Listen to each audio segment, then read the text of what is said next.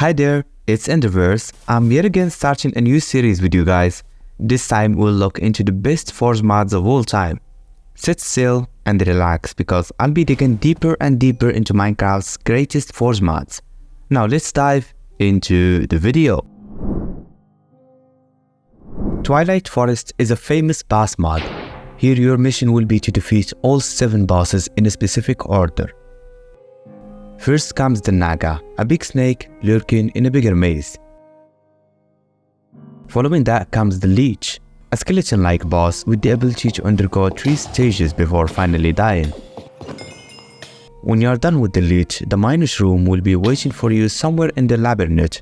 Killing this weak boss will allow you to fight the Hydra, the 4th boss on our journey. The Hydra is one of the most durable bosses of the Twilight Forest, but ain't invincible, so you've got this.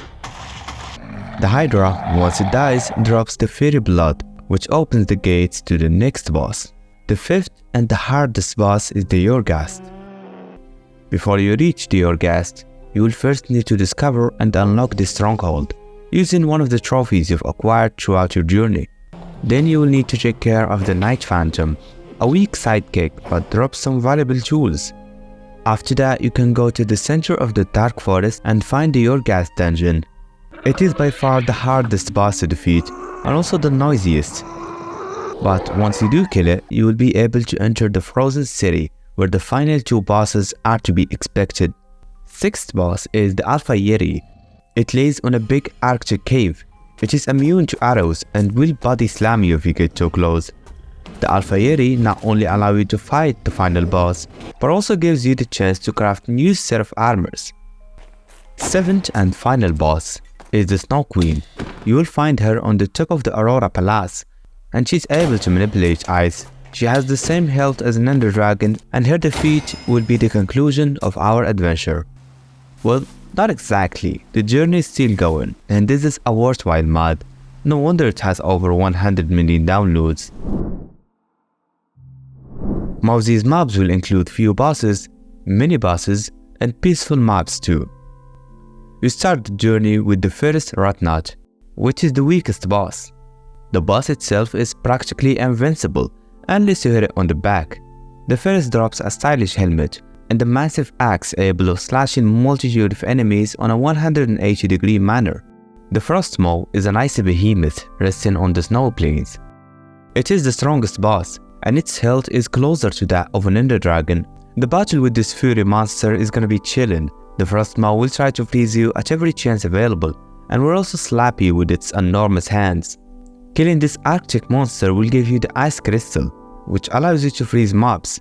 It has a limited capacity, so use it wisely. Final boss is the Sunbird. This new boss came to replace the Fat Dober, Sun Chief. The minions have also changed, and they will be these hybrid annoying bandits. Now to the main boss, which is the Yumvati. The attacks of the Yumvati are the exact same of the Sun Chief, as it will be raining sunbeams from the sky, drawing health from nearby Botania, along with firing a laser-like beam from its mouth. Once the Yumvati dies, it will shrink into a new item called the Soul Visage. This item, coupled with the mask you've accumulated from your battles with the Botania, can help you summon these minions to assist your fight. They will circle your enemies and give them a slow and painful death. The mod is outstanding, and after this recent update, it only gets better. This mod will add a couple of artifacts with new abilities and effects. The artifacts can be applied to 6 different slots made possible by the Trinkets mod. The best combination of artifacts I've managed to find are the Aqua Dashers with the Panic Necklace and the Eternal Stake. The Aqua Dasher will help you run on water when you sprint, but sprinting gets limited as you start ravening, so the Eternal Stake will help you with that, as it will refill your hunger bar without being consumed. And finally, the Panic Necklace. This artifact grants you a sudden burst of speed whenever you receive damage. This will help you avoid imminent death in some situations. For the second combo, we'll first equip our running shoes to be able to run faster. Following that, we will wear the Power Glove to hit stronger. Next, we will put on the Cross Necklace to give us a bit of invincibility. And finally, we'll add the plastic drinking hat for faster consumption of both potion effects and food. With this combination of artifacts, you'll be technically impossible to defeat and very hard to catch. For the final combo, we started by adding the villager hat. This item will give you exclusive discounts when buying and selling things to villagers. Next, we'll be adding the digging claws so that we can increase the mining speed, which speeds up the collection of wood, stone, and so on. Finally, there is the universal attractor, an item that will attract any items nearby. This will help in the case of farming crops and slaughtering animals in mass quantities. Please bear in mind that to find any of these artifacts, you will need to do some serious amount of exploration, since every major structure will hold only one single artifact, no more and no less.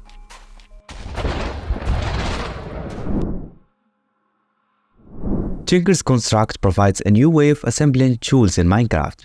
The process of making tools will now be a bit more complicated, but much more enjoyable than vanilla. The mod will provide new stations in which you can create the tools you want. These stations will also help you upgrade your tools, and even replace specific parts if you want. As you progress on the Tinker's Construct mod, you will enter the Industrial Revolution. In this stage, you will start melting metals to manufacture tighter and more reliable tools. The main structure to form metal parts is called the smeltery. As the name implies, the smeltery will help you melt a variety of metals. The process is not straight up at all, as you will first need to produce a cast in which the main metal will pour into. The tools made with the smeltery are much stronger than the stone and wooden tools from early game. And after upgrading the materials of the tools, we ascend to the final stage, and it's the introduction of the Tinker's Anvil.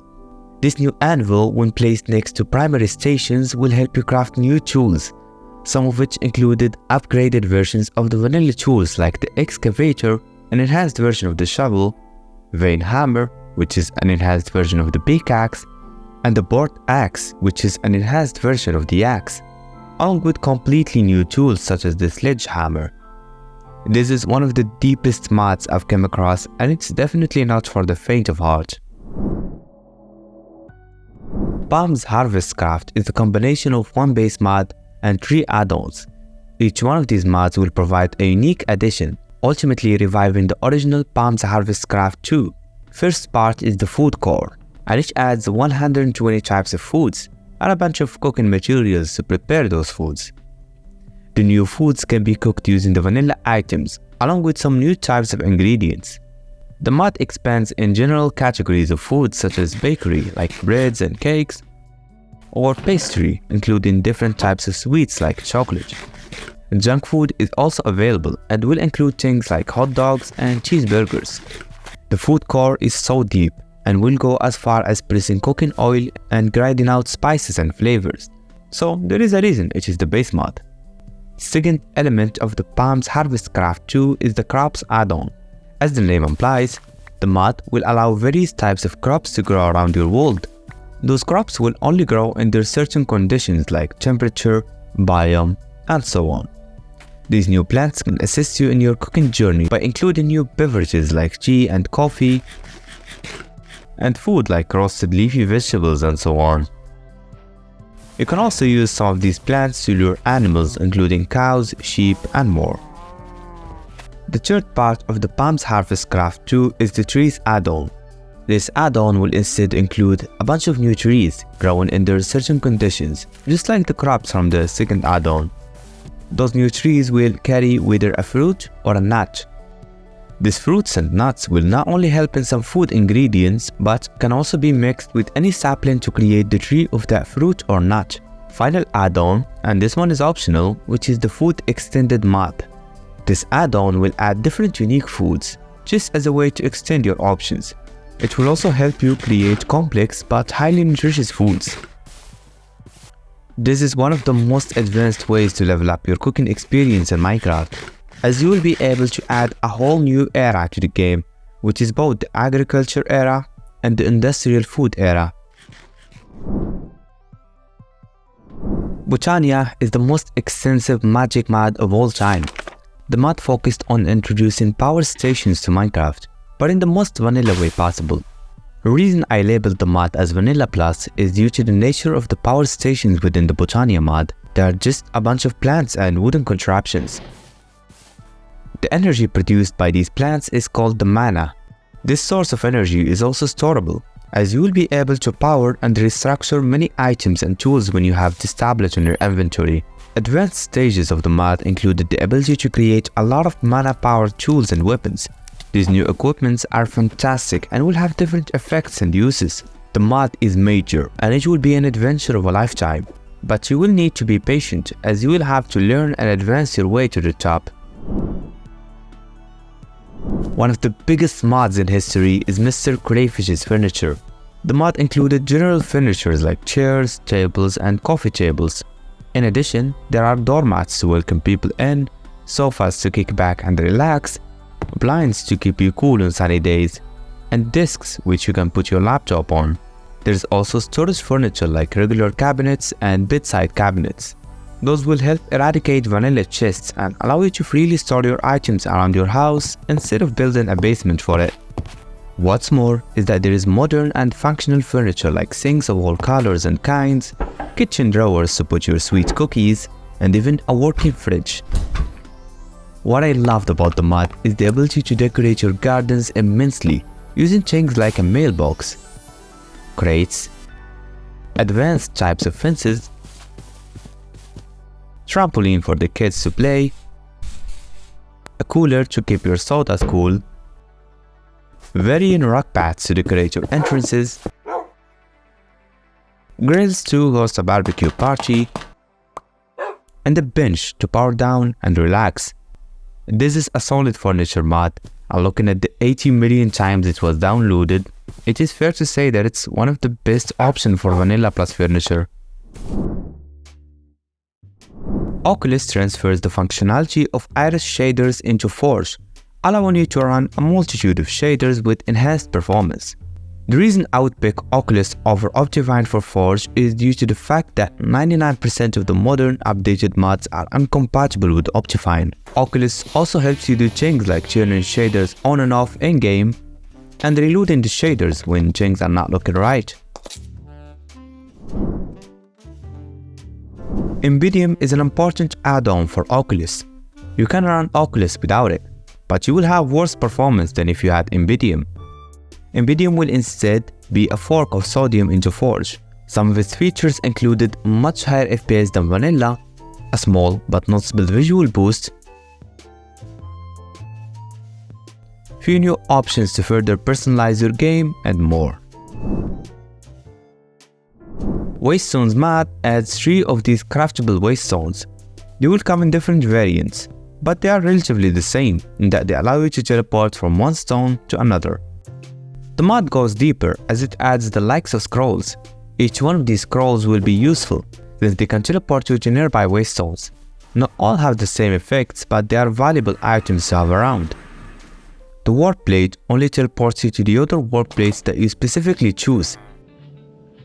These tools will not only teleport you, but will also teleport entities. Keep in mind that it's not an immediate process and will take a bit of time. Port Stone is kind of useless for the most part, as it will only teleport you away and that's it. You can't go back to it. Share Stones can be great for local transportation. The Share Stone will only teleport to Share Stones of the same colors. The mod is compatible with the Towers of the Wild modded, and you will enjoy marking new territories once you find one of these structures. Weather, storms, and tornadoes add subtle changes to the weather, consisting of wind effects, desert storms, snowy storms, tornadoes, and so on. The mod features few craftable and functional blocks that makes it possible to forecast the weather, warn about a potential natural disaster, or prevent it altogether. The weather states in this mod are quite realistic. Tornadoes, for example, will carry around blocks and entities to absurd heights. Storms in either the snowy plains or the desert will effectively blind you. Sandstorms in particular will leave sand layers behind, and there will be an aesthetic falling leaves animation on the trees. The intensity of this effect is based on the wind speed. This mod, as the case for many others in this list, is the greatest of its type, and it recently got updated to 1.20.1, so it may have a place on your survival mod pack. Valhelsia Structures will include a bunch of medieval-ish structures to Minecraft. These outposts and castles will not be randomly scattered, as they will base their building style on the biome they're in. Examples of this include swamp, desert, and the taiga. Beneath the surface are some extensive dungeons, so don't you just ignore it when you see a camp tent and a hole in the ground.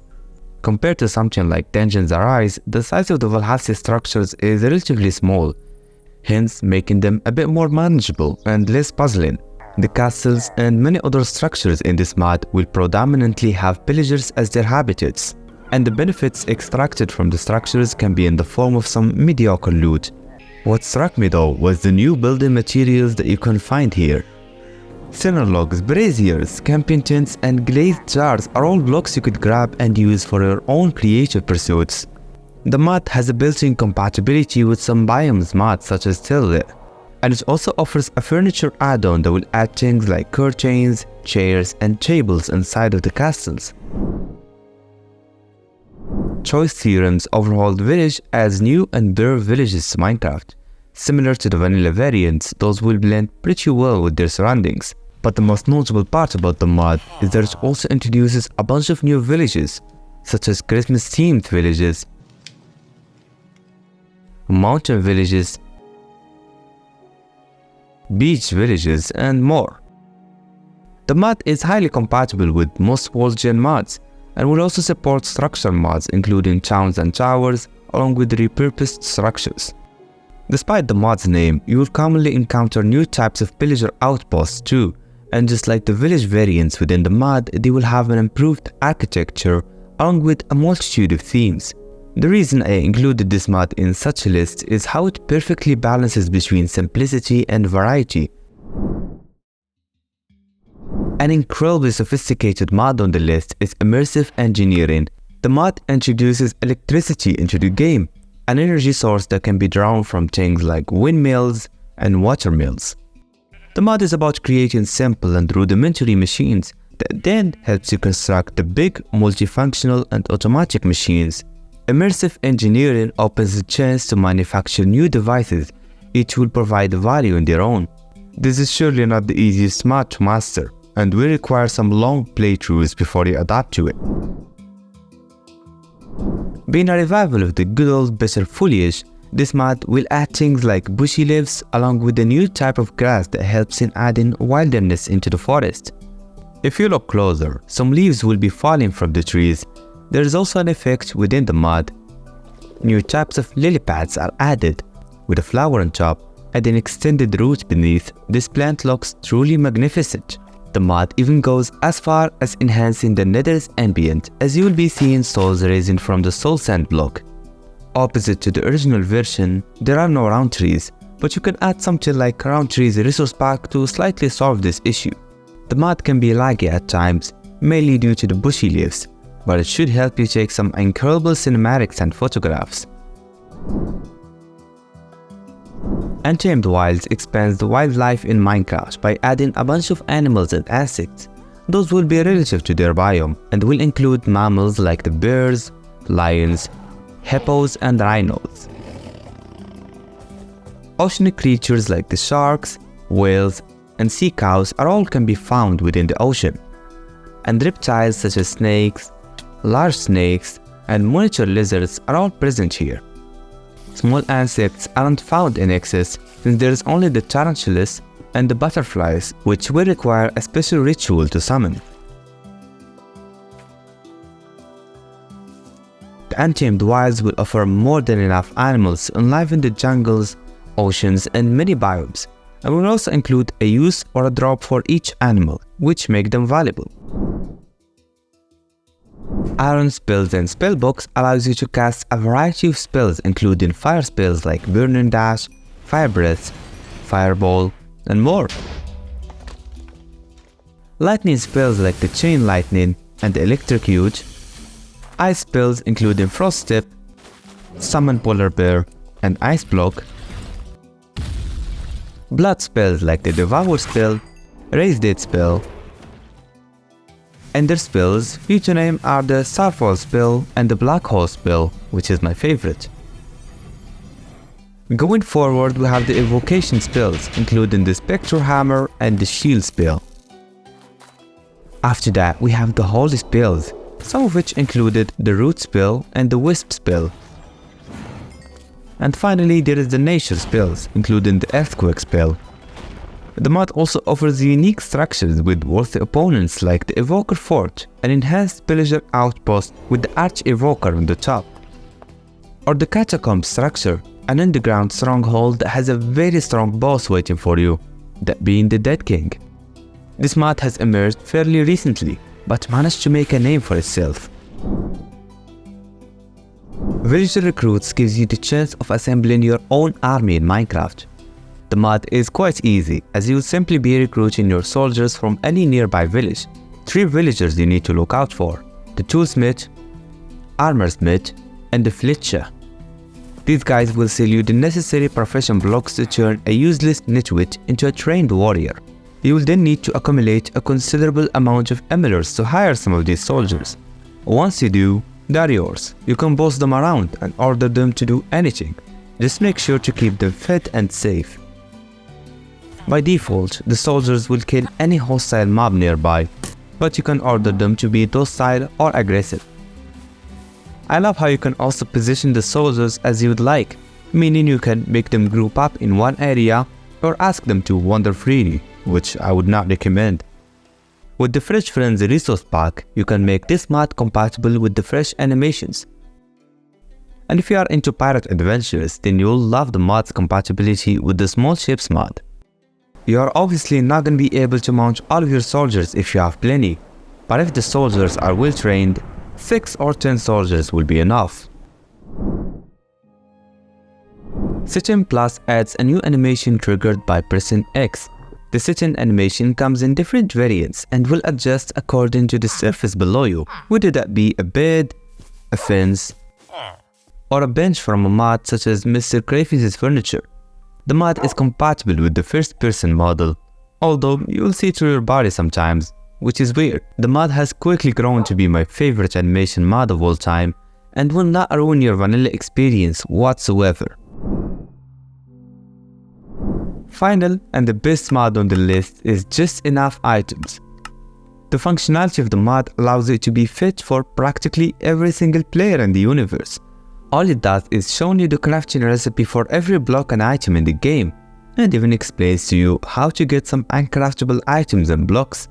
The mod is well synchronized with any other mod that adds new stuff to the game. I'm pretty sure you already have it installed by now, just wanted to give it an honorable mention. I'll be releasing an episode of this series once every month or 2, so if you are interested in seeing what's ahead, a like and a subscribe would be valuable to both of us.